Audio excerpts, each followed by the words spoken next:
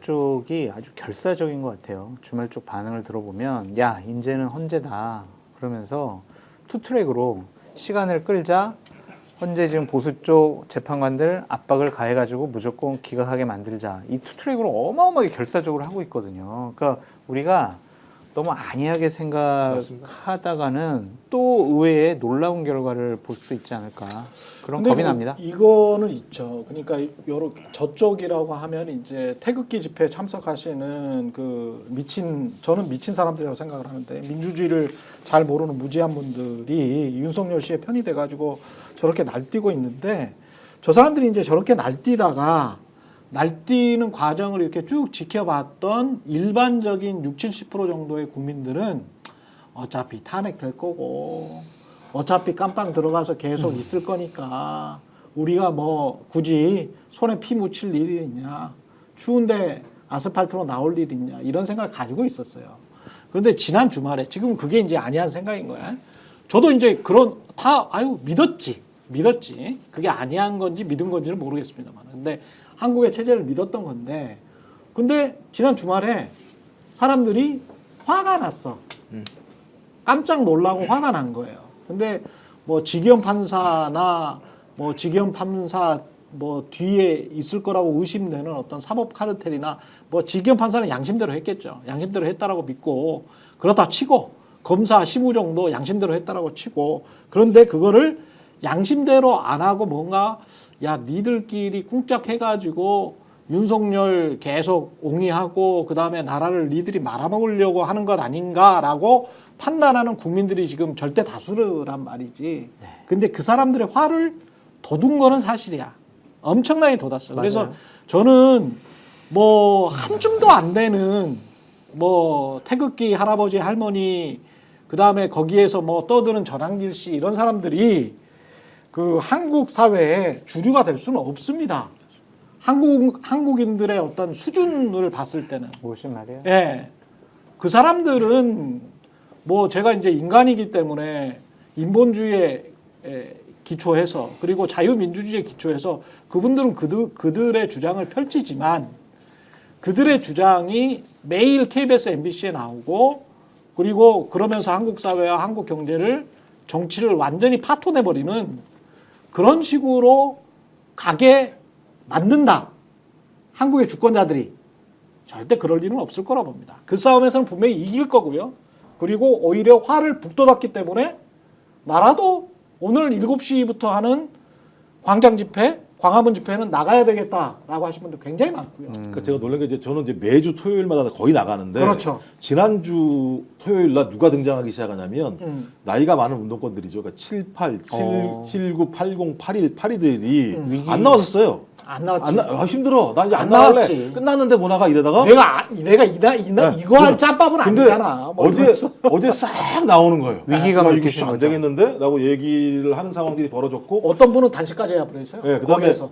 그냥 일반 시민인데. 그러니까 조선일보 보도 나왔다는 거잖아요. 네. 자중해라는 얘기가 나온 거냐면 나와서 엎어컷 비슷하게 하는 걸 보면서 중도 측이 어떻게 생각하겠습니까? 야, 저거 인간이야 저거. 아니 어떻게 저런 행동을 하지? 이 범죄가 일반 잡범도 아니고 소위 자기가 임명한 검찰이 내란 우두머리 혐의로 구속영장을 청구했고 법원이 발부해서 들어간 사건인데 그냥 절차상의 흥절 때문에 나왔다고 와서 야 인사하는 모습을 보면서 야 저자가 다시 여기를 돌아와서 대한민국을 운영하는 게 이게 말이 되는 거야라고 하는 공포심 또는 분노 이런 것들이 막 일기 시작하기 때문에 말씀하신 것처럼 그렇죠. 여론 반전이 될 거라고 봐요. 또 다른 측면에서 완전히 여론 반전 될 겁니다. 이번 주를 계기로 해서 완전히 여론 반전이 될 것이다.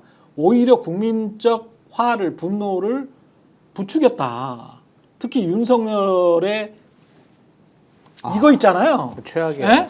그게 화를 부추겼어요.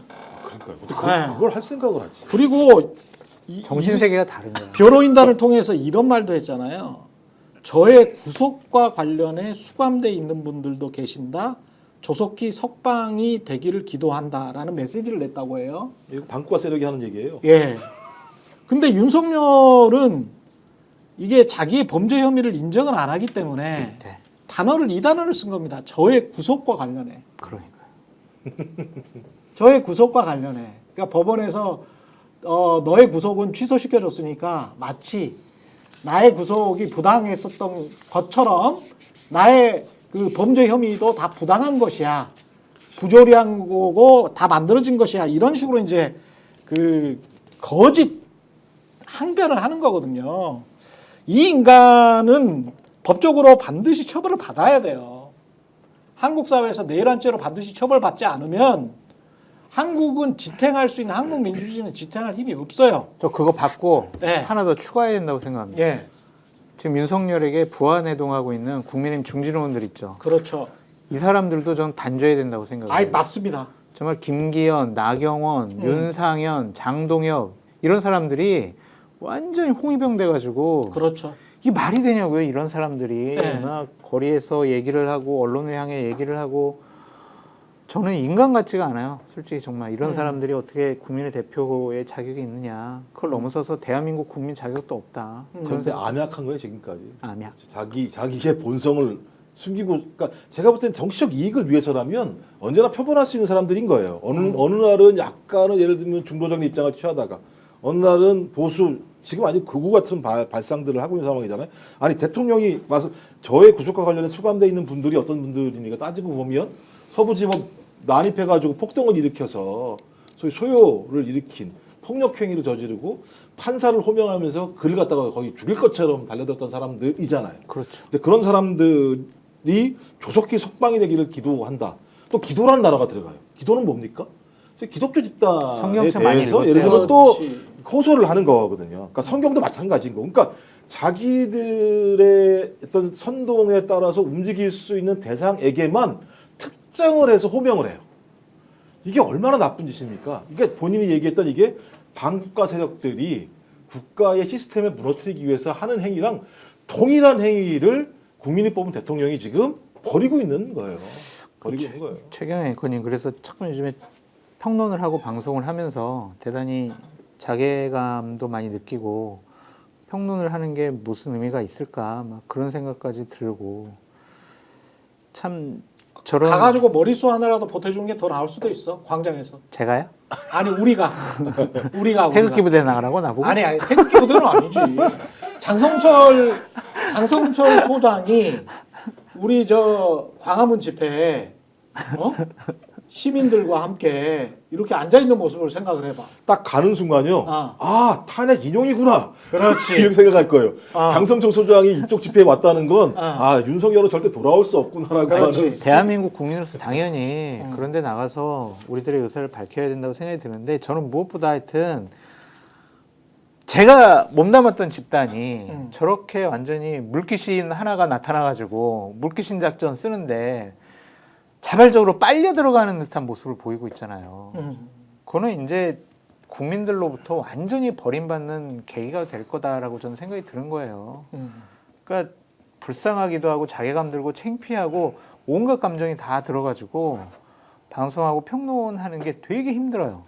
그러니까 힘드실 만도 한 게 심적으로 힘들지. 심적으로. 너무 힘들어요. 너무. 그 장성철 평론가님이 얼마나 잘 아는 분들입니까, 사실. 잘 알죠. 다. 그 특히 이제 김문수 전 장관 사실 과거에 그 김무성 전 대표한테 당신은 박근혜로부터 천년의 저주를 받을 다 것이다. 잊어버렸는데 그걸 자꾸 왜 얘기해요.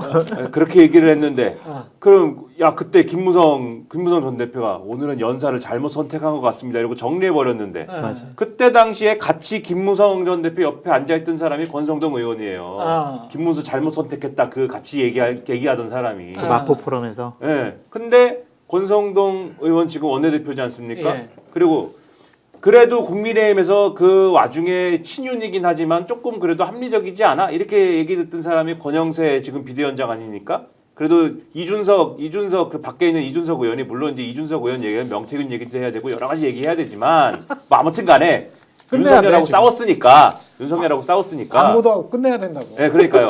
윤석열하고 싸웠으니까 그 얘기를 안 하고 네. 윤석열하고 싸웠으니까 이준석 의원이 그래도 나하고 좀 통할 수 있습니다라고 얘기한 사람 권영세 의원이잖아요. 그렇죠. 근데 이 두 사람이 어저께 밤에 8시에서 8시 반까지 오늘 밝힌 바에 의하면은 윤석열 집에 갔고 윤석열하고 만났다는 거잖아요. 만났대요? 그렇죠. 윤석열의 이 좋은 말씀 듣고 격려하고 이러고서는 30분 동안 얘기하고 돌아왔다는 거 아닙니까? 너 그때 개인적 이유로 왔다며 너 막 이렇게 손가락질한 거 아니야? 뭐 그럴 수도 있었겠죠. 그러니까 당 지도부부터가 벌써 말씀 들으러 가고 그 말씀 듣고 오는데 그 중진 의원들이 그러면은 뭐 부담이 없죠. 그 당 지도부가 선 긋고 있어도 그 들썩들썩 할 것인데 당 지도부가 이거는 대놓고 이제는 이 윤석열이라는 사람이 대통령으로서 어쨌든 현직으로서 돌아왔으니까는 열심히 해봅시다. 뭐 이런 분위기 아닙니까 지금 더 하는 것이고 그러니 얼마나 권성동도 잘 알고 다 잘 아는 사이인데 얼마나 힘드시겠습니까? 예.